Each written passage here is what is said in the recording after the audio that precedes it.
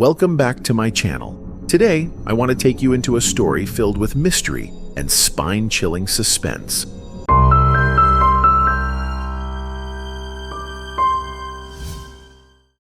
Our protagonist, Becky Bliefnick, was born on November 19, 1981, in Quincy, Illinois, to William and Berner Day. She grew up alongside her older sister, Sarah, attending Passon Seymour Elementary School and Quincy Notre Dame High School. From an early age, Becky was known for her strong work ethic and determination, traits that have stayed with her throughout her life. After completing her higher education at Quincy University, Becky excelled in earning a Bachelor of Science in Biology and a minor in Chemistry, graduating with honors. It didn't take her long to climb the ranks of top sales representatives at a pharmaceutical company. Despite her flourishing career in the pharmaceutical industry, Becky still harbored another ambition: to become a nurse. So she decided to enroll in the Blessing Rian College of Nursing and Health Sciences, and once again proved her natural talent by graduating with the highest score in her class. Becky's nursing career path began at Quincy Medical Group, working in the gastrointestinal surgery department. She then transferred to the emergency department of Blessing Hospital, where courage and a strong spirit were required. During the COVID-19 pandemic, Becky further affirmed her passion for the nursing profession, willing to go anywhere to support patients. She was even nominated for a Daisy Award in 2020, a testament to her extraordinary dedication. Despite her success in her career, family has always been the focus of Becky's life, especially her 3 sons, whom she loves dearly. While attending Quincy University, Becky met Tim Bieniek, a fateful encounter. The two moved to Chicago and eventually returned to Quincy, Illinois, where they were married on November 8, 2009. During the time that followed, Becky was not only a model mother who prepared Halloween costumes for her children, took them to all the events and sports activities at school, but also enthusiastically participated in charity work. She was willing to support from simple things like organizing luncheons and dance parties at her children's schools to contributing to other community activities. Behind that peaceful and simple appearance, there was a story that exploded, signaling unexpected events. And that's why today, I want to tell you the heartbreaking story of Becky Bliefnick's life. Although Becky had a successful life at work, maintained good relationships with her children, friends, and family, her marriage with Tim was a low note that made her tired many times. In fact, the cracks had been smoldering for many years. It was only in 2020 that everything clearly erupted. While Becky tried to hold on to the relationship, tried all methods such as marriage counseling, family therapy, open communication, Tim insisted on ending it. The main motivation for Becky to persevere was the children, because she wanted them to have a complete home with both a father and a mother. But then, in January 2021, Tim officially filed for divorce, causing all of Becky's efforts to fall apart. As soon as the divorce trial started, Becky immediately filed a series of temporary requests. She insisted that Tim return the 9mm gun that she accused him of taking without permission. If he failed to return the gun, she would demand $1,800 in restitution, the estimated value of the gun. In addition, Becky would not allow the children to have unsupervised visits with their grandfather, Tim's father. Tim, in turn, set out a one-sided set of terms. He wanted 60-40 custody, no child support, the house, and free visitation with his grandchild. Becky flatly refused after reading the request. She filed for a restraining order against both Tim and his father, only to have Tim counterattack with a restraining order against her. As the days passed, the tension grew.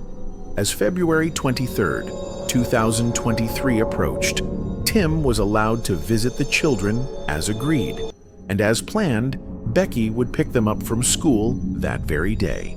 However, Tim called and texted Becky repeatedly, but still did not hear back.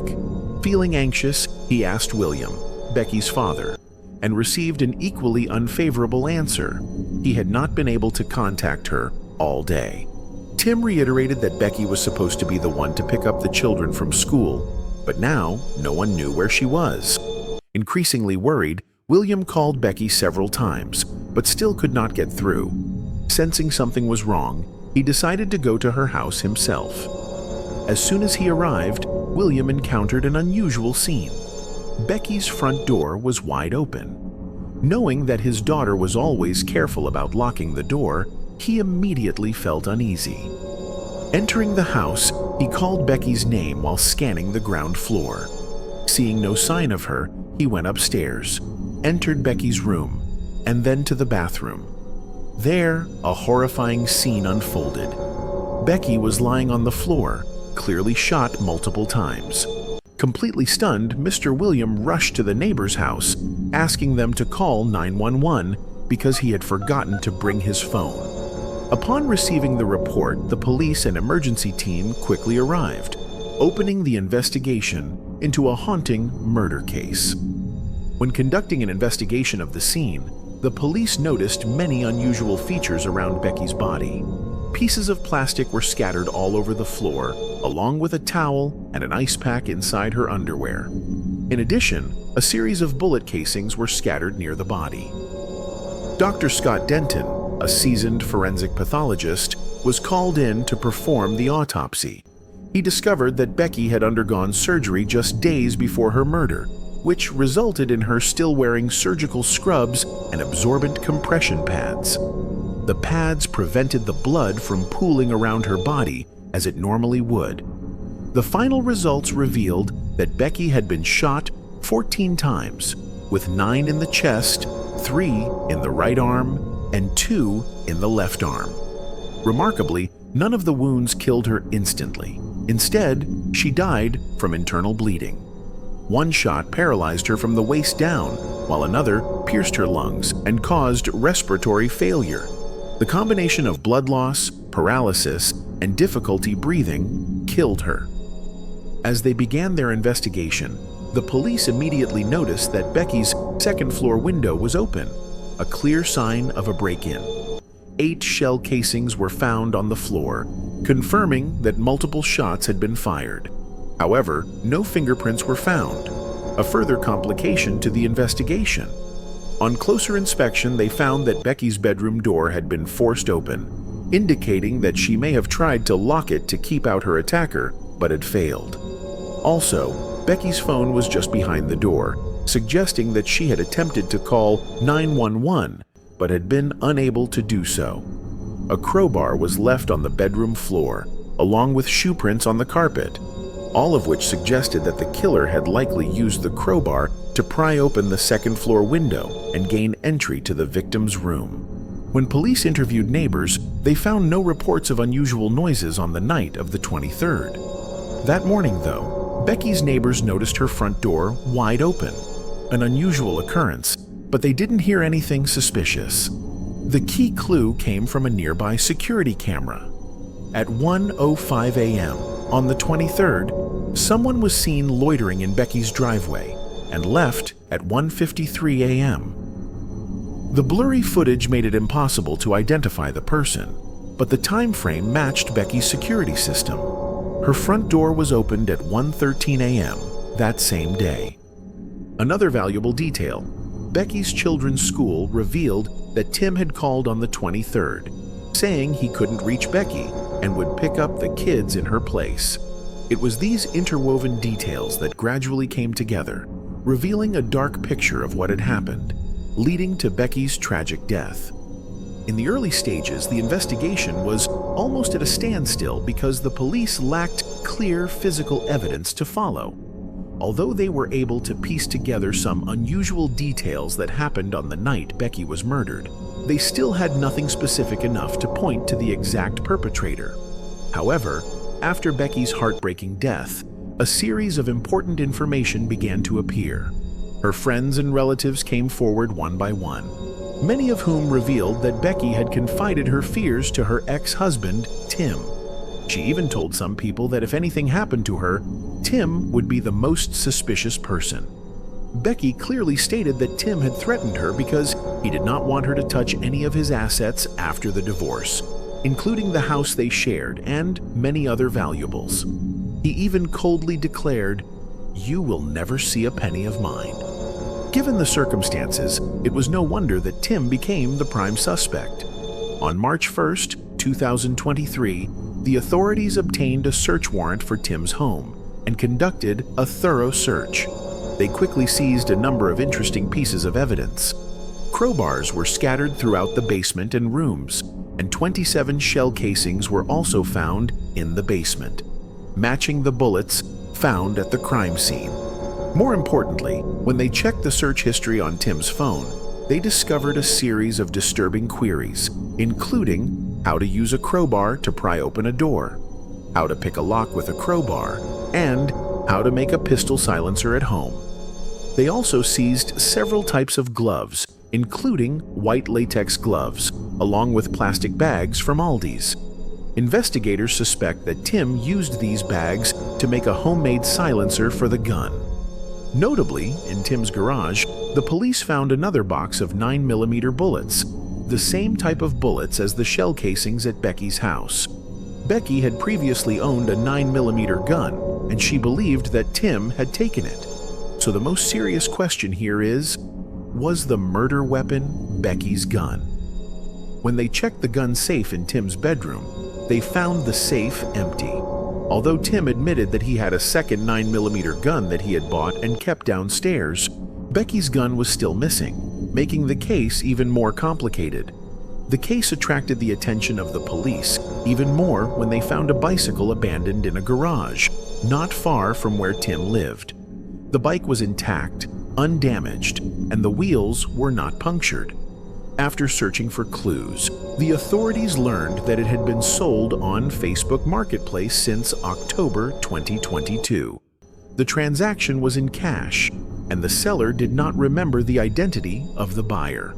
This clue is especially valuable because investigators suspect that Tim may have used this bike to travel from his home to Becky's home on the night of her murder. With the distance less than a 5-minute bike ride away, a stealthy infiltration plan is entirely feasible. On March 13, 2023, Tim was formally arrested for the murder of Becky Bliefnick. The charges he faces include 2 counts of first-degree murder and 1 count of criminal trespass. According to the case file presented in court, the prosecution has presented a strong case of evidence to prove that Tim was directly involved in Becky's death. Specifically, they allege that in the early morning hours of February 23rd, Tim left his residence, where his children were sleeping, and rode his bicycle to Becky's house. There, he allegedly tried to use a crowbar to pry open the front door, but was unsuccessful, forcing him to find another way in through a window. The presence of an open window and a chair propped up against the outside wall led police to speculate that Tim climbed up to get directly into Becky's room. Becky may have then run into the bathroom to escape, but Tim did not stop. The prosecution said that the moment Becky turned to face her, Tim fired the first shot, causing her to fall to the floor. He then allegedly continued to fire several more shots, despite Becky's inability to help. After this brutal act, Tim is said to have left the house through the main door, leaving Becky to die in pain without attempting to help her. Becky may have then run into the bathroom to escape, but Tim did not stop. The prosecution said that the moment Becky turned to face her, Tim fired the first shot, causing her to fall to the floor. He then allegedly continued to fire several more shots, despite Becky's inability to help. After this brutal act, Tim is said to have left the house through the main door, leaving Becky to die in pain without attempting to help her.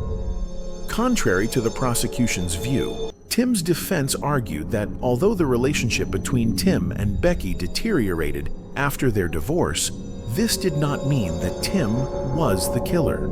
They asserted that the evidence against Tim was mainly circumstantial, lacking direct evidence of guilt. The defense team also raised the possibility that this could have been a spontaneous outburst rather than a premeditated one, and directed public attention to Ted Johnson, Becky's lover at the time of her death. According to the affidavit, Becky and Ted began dating in January 2022 and officially fell in love that summer. The last time Ted saw Becky was on February 21st, when she had just had surgery. Ted brought her food, helped Becky organize her work, and then let her rest. On the evening of February 22nd, Becky and Ted exchanged text messages, which revolved around her being busy with laundry, paying bills, and looking forward to seeing her children the next day. She also hoped to be able to drive again soon, as her recent surgery had temporarily left her unable to drive. They ended the conversation with a 26-minute phone call at 9:47 p.m. before saying goodnight to each other. The defense team also emphasized that Tim owned a .40 caliber gun and that he had a 9mm but had lost it. In addition, they pointed out that Becky had asked Ted to keep $113,000 in a safe. Tim claimed that he did not know the contents of the bag that Becky sent him and did not open it to see. It was only after Becky died and the police began investigating that he learned that the bag contained $113,000 in cash. This was the basis for the defense team to imply that Tim may have had a motive, since he was holding a large sum of money that belonged to Becky. However, after hearings and deliberations by the jury, Tim was still convicted of murder and sentenced to life in prison. This sentence concluded a dramatic murder case, leaving the public both shocked and curious about the mysteries behind it. So what do you think about this case? Leave your opinion in the comment section below. Don't forget to subscribe to the channel and hit the notification bell so you don't miss any new videos released every day. Hope you will always care and take time to take care of yourself and your loved ones. Thank you for watching, and see you soon in the next videos.